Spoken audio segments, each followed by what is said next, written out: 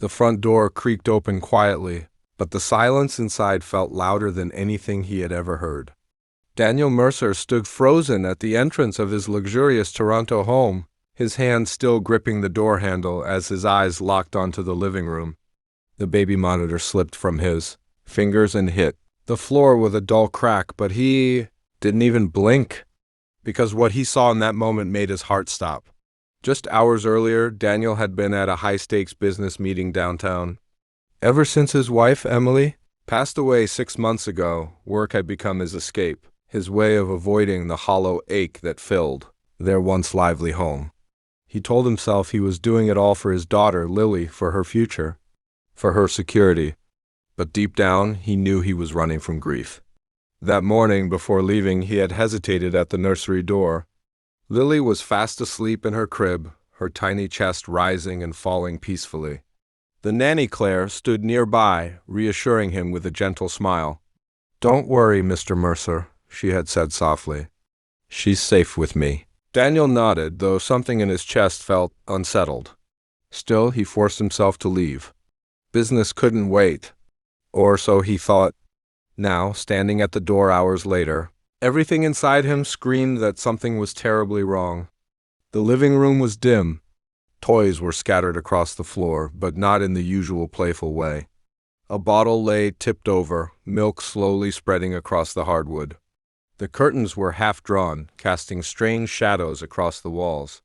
And then he saw it. Claire. She was sitting on the couch, her head lowered, her shoulders trembling.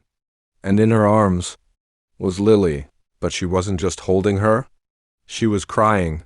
Not quietly, not softly, but in a way that felt raw, desperate, like someone breaking from the inside. Daniel's breath caught.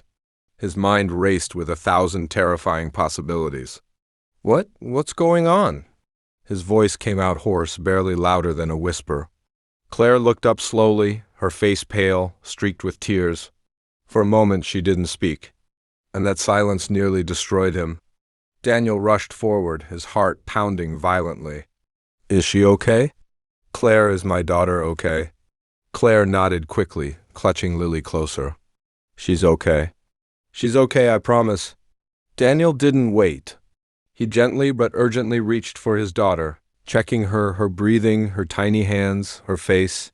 She looked fine, calm even, completely unaware of the storm unfolding around her. Relief hit him, but only for a second. Because Claire was still shaking?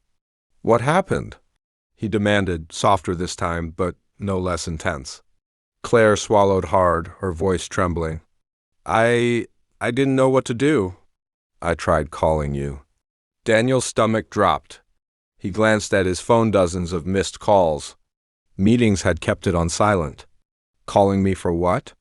he asked, fear creeping back in. Claire wiped her tears, struggling to speak.